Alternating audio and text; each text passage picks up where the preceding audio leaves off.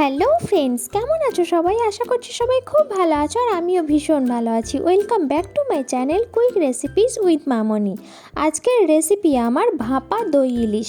একদম অল্প উপকরণে এবং খুব তাড়াতাড়ি এই রেসিপিটি তৈরি করা যায়। তো সেই রেসিপিটি আজকে আমি তোমাদের সঙ্গে শেয়ার করব, আর খেতে কিন্তু দুর্দান্ত। তো চলো, তার জন্য নিয়েছি আমি এখানে 3 পিস ইলিশ। খুব ভালো করে ধুয়ে আমি এখানে নিয়েছি। তো এবার আমি অ্যাড করব সামান্য পরিমাণ লবণ এবং সামান্য পরিমাণ হলুদের গুঁড়ো দিয়ে খুব ভালো করে মাছগুলোকে মেখে নেব।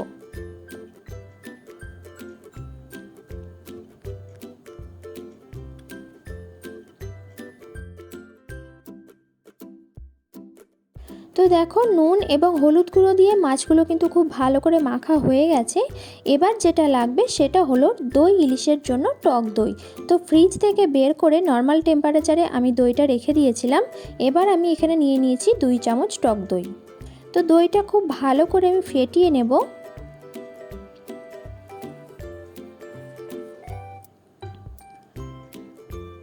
তো দেখো, ফেটানো হয়ে গেছে। এবার দই ইলিশের জন্য একটা আমাকে পেস্ট বানিয়ে নিতে হবে। তার জন্য আমি নিয়েছি গোটা সর্ষে, মানে সাদা কালো সর্ষে 1 চা চামচ, পোস্ত দানা নিয়েছি 1 চা চামচ।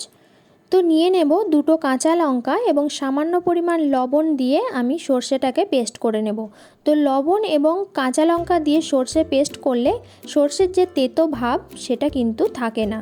এবার দিয়ে দিচ্ছি দেখো সামান্য পরিমাণ জল। এবার এটা আমি একটা পেস্ট বানিয়ে নেব।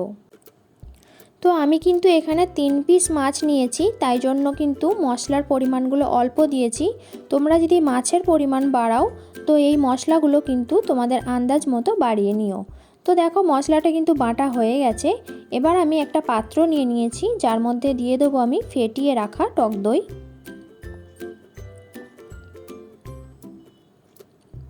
তো এবার দিয়ে দেবো আমি সর্ষে, পোস্ত, কাঁচা লঙ্কা এবং লবণ দিয়ে যে পেস্টটা বানিয়েছিলাম সেটা আমি এর মধ্যে দিয়ে দিচ্ছি। তো দিয়ে দেবো আমি স্বাদ মতো লবণ, আর দিয়ে দেব সামান্য পরিমাণ হলুদের গুঁড়ো। এটা কিন্তু যদিও অপশনাল, যারা সাদা সাদা দেখতে পছন্দ করো তারা কিন্তু হলুদটা নাও দিতে পারো। যেহেতু দই ইলিশ তাই হলুদটা কিন্তু দিলেও হয়, না দিলেও হয়। আমার যেহেতু সাদাটা দেখতে বেশ ভালো লাগে না, তাই আমি হলুদ কিন্তু সামান্য পরিমাণ অ্যাড করেছি। তো এবার দিয়ে দিচ্ছি ম্যারিনেট করে রাখা মাছগুলো। তো খুব ভালো করে মেখে নেব আমি মাছগুলোকে। তো মাখা হয়ে গেলে 5 মিনিট যদি রেস্টে রাখতে পারো তাহলে খুবই ভালো হয়, আর না রাখলেও কোনো অসুবিধা নেই। আমি কিন্তু রাখিনি, কারণ আমার হাতে যেহেতু সময় ছিল না তাই আমি রাখতে পারিনি। তো আমি কিন্তু সঙ্গে সঙ্গেই করে নিয়েছি। তো এবার দেখো, আমি যেটা দেব সেটা হলো সর্ষের তেল। 2 চামচ সর্ষের তেল আমি ওপর থেকে ছড়িয়ে দিচ্ছি। আর এই সর্ষের তেল আর ইলিশ দেখলে যেন জিভে জল এসে যায়। তো এবার আমি দই ইলিশটা যেহেতু ভাপা করব তার জন্য নেব আমি একটা টিফিন কৌটো, মানে স্টিলের একটা টিফিন কৌটো আমি এখানে নিয়েছি। তো এবার আমি দিয়ে দিচ্ছি মাছের পিসগুলো এবং যে গ্রেভিটা হয়েছে সর্ষে পোস্তর, সেই সর্ষে পোস্তর বাটাটাও আমি এর মধ্যে দিয়ে দেবো।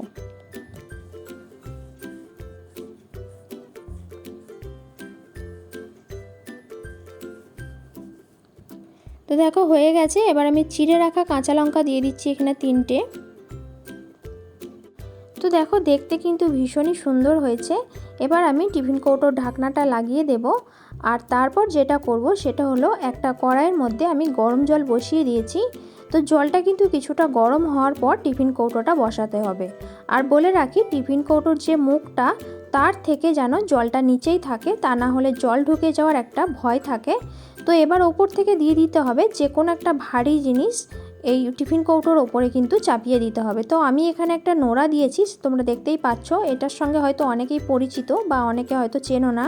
তো যে কোনো ভারী জিনিস এখানে কিন্তু দিলেই হবে। তো এটা রান্না হতে সময় লাগবে 15 minute, R medium to low ফ্লেমে কিন্তু রান্নাটা করতে হবে। তো দেখো, আমার 15 মিনিট হয়ে গেছে। এবার আমি এটাকে নামিয়ে নিচ্ছি। তো 5 মিনিট রেখে টিফিন কৌটোর ঢাকনাটা আমি খুলে নেব। তো দেখো, দেখতে কিন্তু অসাধারণ লাগছে আর খেতেও কিন্তু দুর্দান্ত হয়েছিল। আর মাছগুলো ভীষণ সুন্দর সিদ্ধ হয়েছিল। তো যেহেতু আমি ভয়েসটা পরে দিচ্ছি তাই তোমাদেরকে আমি রিভিউটাও দিয়ে দিচ্ছি। তো অবশ্যই কিন্তু বাড়িতে তোমরা এইভাবে একদিন ট্রাই করো। আর আমাকে জানিও রেসিপিটি তোমাদের কেমন লেগেছে। আর যদি ভালো লেগে থাকে অবশ্যই কিন্তু লাইক কমেন্ট শেয়ার করতে ভুলো না। তো দেখো গরম ভাতের সঙ্গে এরকম দই ইলিশ জাস্ট জমে যাবে এই বর্ষার দিনে। তো চলো বন্ধুরা, আবারও ফিরে আসবো এরকমই চটজলদি নতুন স্বাদের নতুন রান্না নিয়ে। ততক্ষণ তোমরা ভালো থেকো, সুস্থ থেকো আর আমার এই চ্যানেলের সঙ্গে থেকো। ভিডিওটি কেমন লেগেছে অবশ্যই কিন্তু কমেন্ট সেকশনে এসে জানাতে ভুলো না। আর যদি ভালো লেগে থাকে পরিবার, আত্মীয় স্বজন, বন্ধু বান্ধব সকলের সঙ্গে ভিডিওটি শেয়ার করে নেওয়ার অনুরোধ রইল। আর চ্যানেলে যদি নিউ হয়ে থাকো অবশ্যই কিন্তু চ্যানেলটা সাবস্ক্রাইব করে নিও আর পাশে থাকা বেল আইকনটিও প্রেস করে দিও। তো চলো আজকের মতো টাটা।